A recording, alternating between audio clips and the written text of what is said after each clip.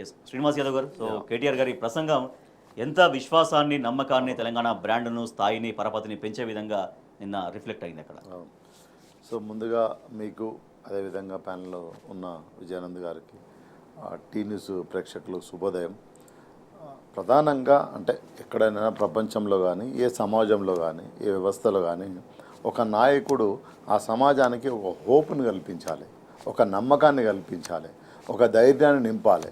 So ఈరోజు కేటీఆర్ గారు Dallas వెళ్ళి అక్కడ ఉన్న ఏదైతే ఎంటర్ప్రైనర్స్ ఉన్నారో, కొత్తగా అయిన ఎంటర్ప్రైనర్స్ ఉన్నారో, కొత్తగా వస్తున్న ఎంటర్ప్రైనర్స్ ఉన్నారో, వాళ్ళకు ఒక హోప్ను క్రియేట్ చేసిండు. తెలంగాణ రాష్ట్రము అంతా ఆగమాగం అయిపోతుంది, కాంగ్రెస్ ప్రభుత్వం వచ్చినాక పెట్టుబడులు లేవు, అసలు తల తోక లేకుండా మాట్లాడుతాడు ముఖ్యమంత్రి. సో ఏదో లంక బిందెలు అన్నాడు, కోస్తా చీరేస్తా అంటుండు. అట్లా మాట్లాడుతున్న ఒక ముఖ్యమంత్రి మాట్లాడుతుండు. కానీ ఈరోజు మాజీ ఐటీ శాఖ మంత్రిగా ఒక కేటీఆర్ గారు ఒక విద్యావంతుడిగా, ఒక విప్లవాత్మకంగా గతంలో నిర్ణయాలు తీసుకున్న వ్యక్తిగా ఈరోజు అక్కడ ఉన్న కొత్త ఎంటర్ప్రైనర్స్కి ఒక హోప్ని క్రియేట్ చేయడం జరిగింది.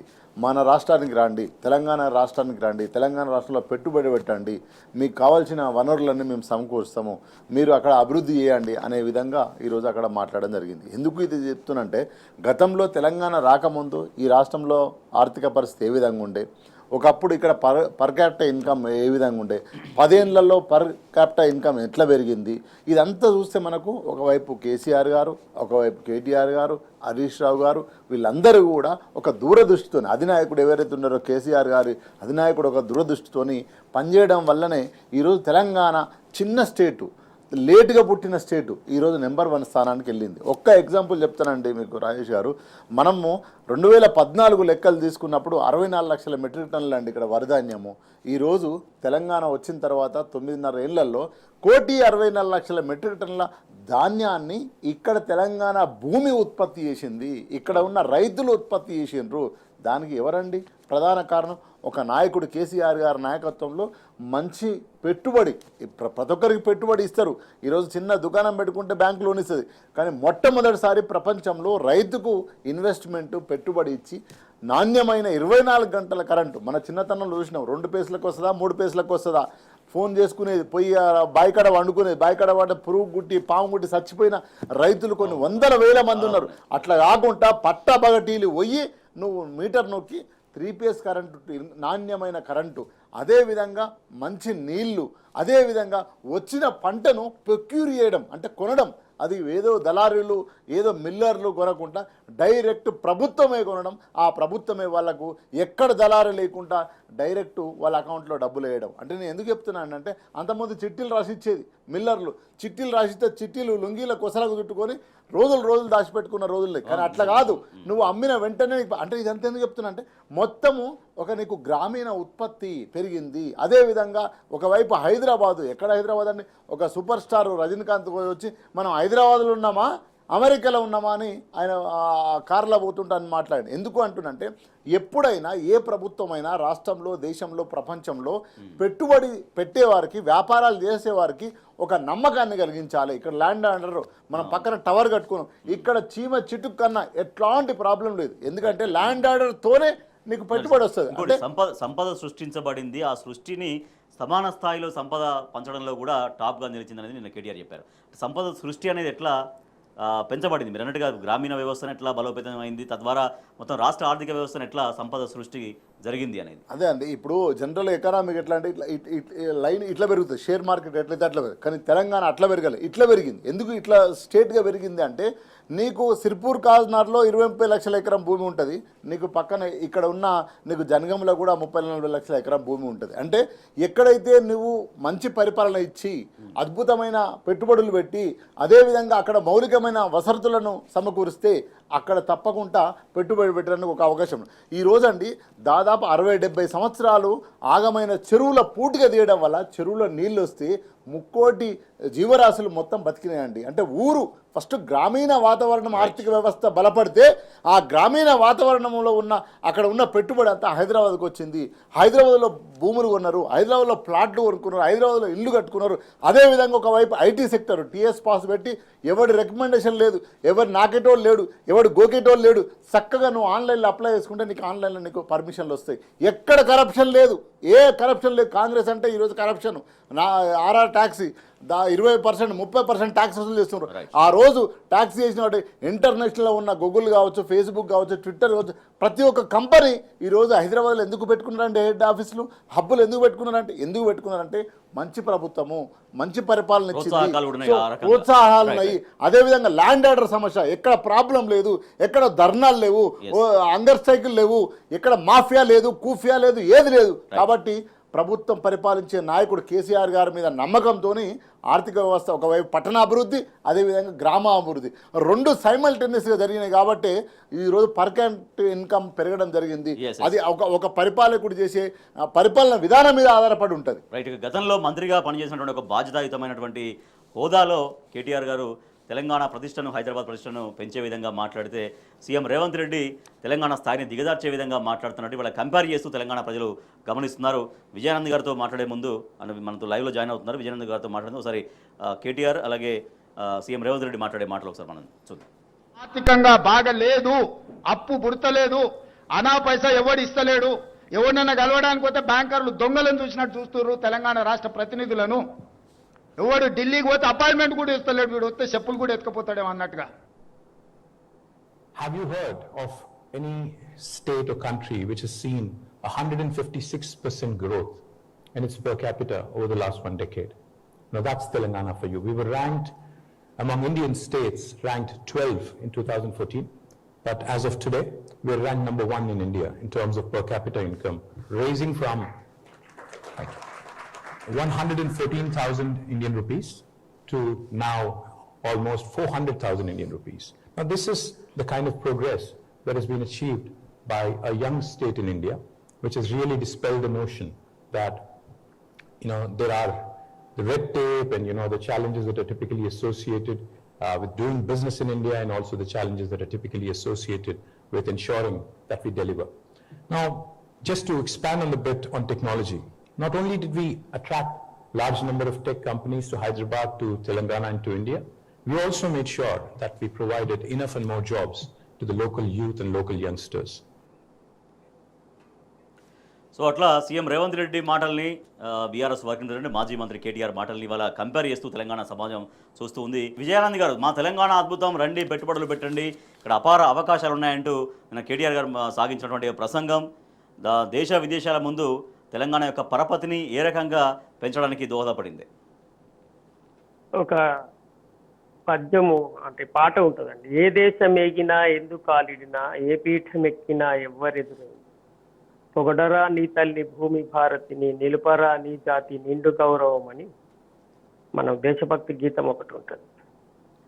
అట్లా రాష్ట్రంలో ఉన్నా, దేశంలో ఉన్నా, ఇక్కడ ఎవరన్నా పెట్టుబడులు పెట్టడానికి వచ్చినా, లేదా బయట దేశాలకు ఎక్కడికి వెళ్ళినా నా దేశము, నా ప్రాంతము చాలా గొప్పగా సంపదలతో లేదా సంపదలకి రేపు పెట్టుబడులు పెట్టడానికి కూడా చాలా అనువైన ప్రాంతము, గొప్ప ప్రాంతము, మంచి ప్రాంతము అని చెప్పి కామన్గా ఒక స్పృహలో ఉన్న ఏ పౌరుడైనా, ఏ దేశం వాడైనా చెప్పుకోవాల్సినటువంటి మాట.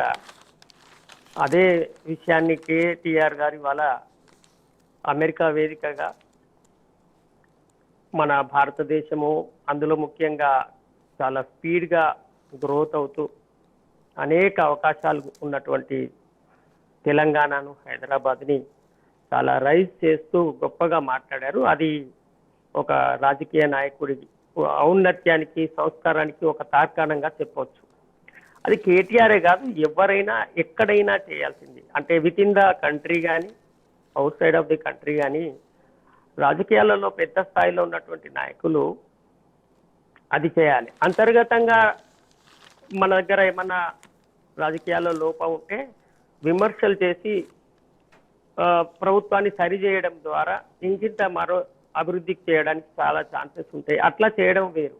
కానీ ఏ వేదికలోనైనా ఎక్కడనైనా మన దేశాన్ని మనమే కించపరుచుకుంటే, మన ప్రాంతాన్ని మనమే తక్కువ చేసుకుంటే రేపు మన అభివృద్ధికి అవకాశం ఉండదు.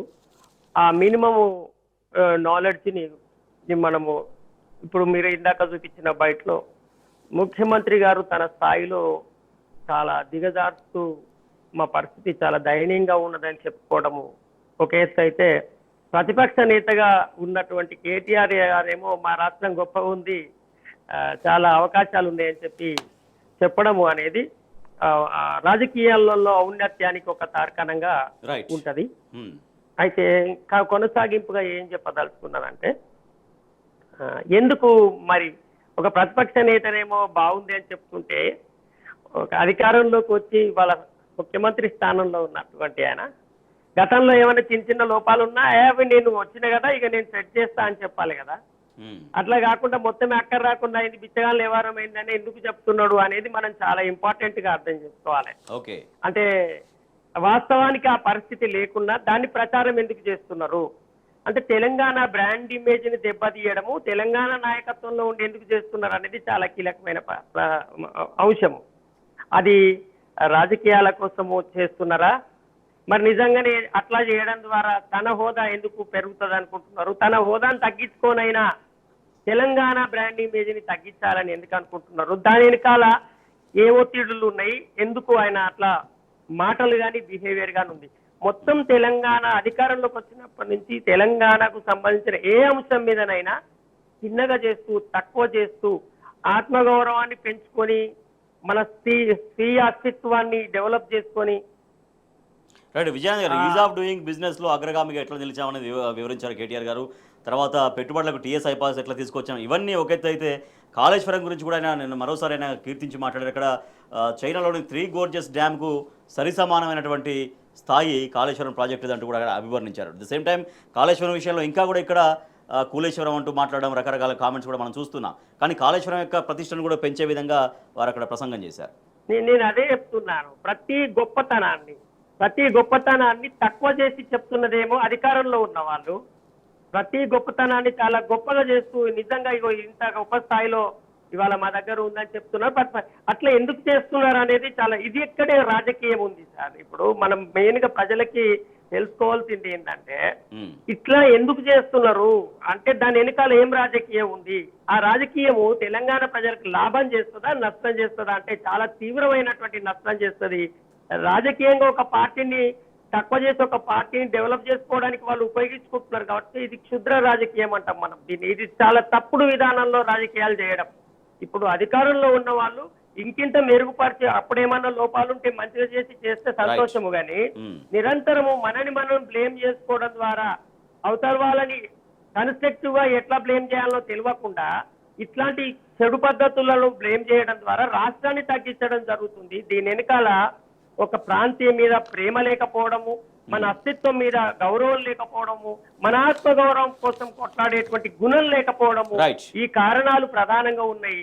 అంతేకాకుండా దీని వల్ల సంతోషపడే శక్తులు, తెలంగాణ దెబ్బతింటుంది, తెలంగాణ నాశనమైంది అంటే సంతోషపడే శక్తులను సంతోషపెట్టి ఒక కోణం ఉన్నది దీని వెనకాల.